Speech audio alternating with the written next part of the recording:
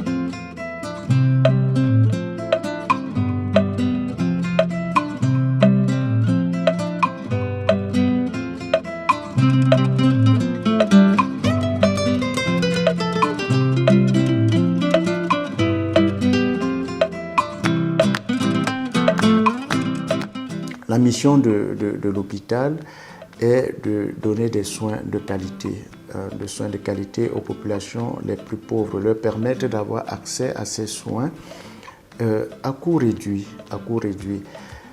Voilà, donc un hôpital ouvert aux personnes fragiles et vulnérables.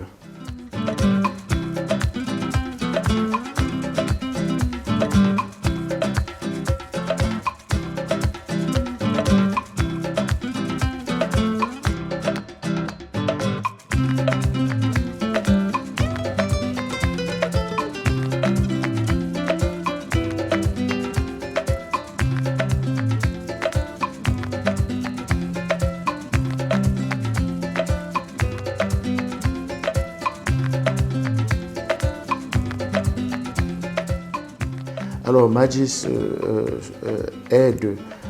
apporte son appui pour l'approvisionnement de nos hôpitaux en médicaments, la formation du personnel, l'aide à la restructuration de nos structures et maintenant aussi de plus en plus un appui pour que le CHU puisse se donner une orientation sur le long terme. Oui, mais vers où est-ce que nous voulons aller? Voilà, nous apprécions beaucoup cet apport de Magis.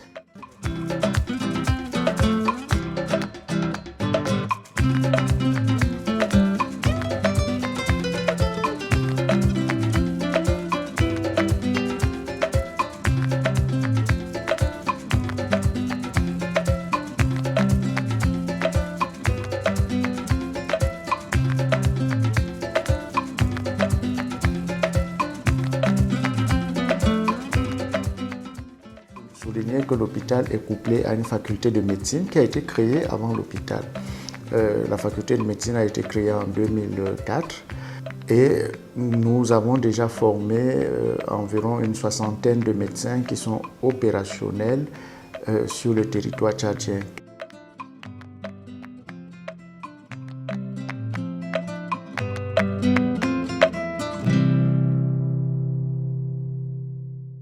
Il Covid-19 è una malattia indotta dal virus SARS-CoV-2 ed è una malattia che inizia a eziologia virale con questo virus che entra nelle mucose nasofaringee, replica e induce una forte risposta infiammatoria specialmente nel polmone. Quindi di fatto poi la morbilità, la sintomatologia e purtroppo anche la morte è legata a questa grande risposta infiammatoria.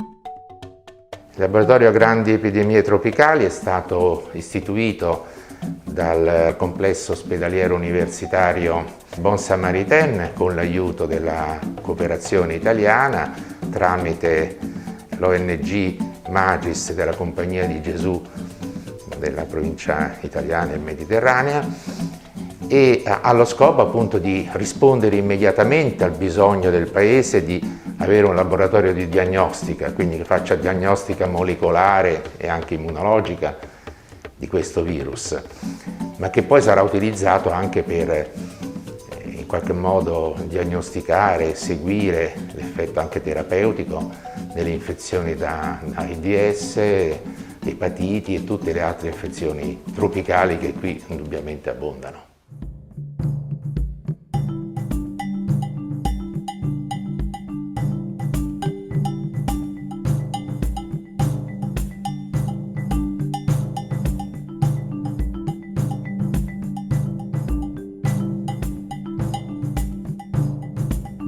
L'immédiat, quand il a été créé, c'était pour une visée diagnostique, pour aider le Tchad à pouvoir diagnostiquer les cas de Covid-19.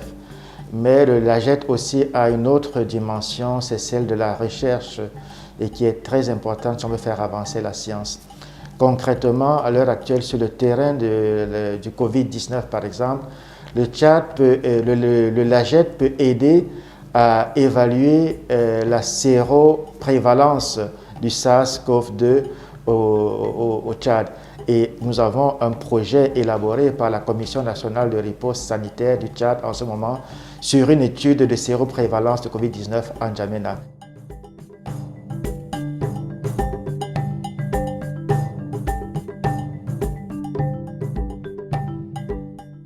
Juste ici, là où on se trouve, ça c'est la salle d'extraction. Dans cette salle, beaucoup d'activités se déroulent. Ici, tout ce qui provient de dehors, on doit le traiter pour nous permettre de recueillir le matériel génétique et l'ARN viral. Après l'extraction, on doit procéder à une amplification. La PCR proprement dite, on doit chercher à amplifier pour nous permettre d'avoir plus la chance de retrouver le génome viral qui est dans l'échantillon.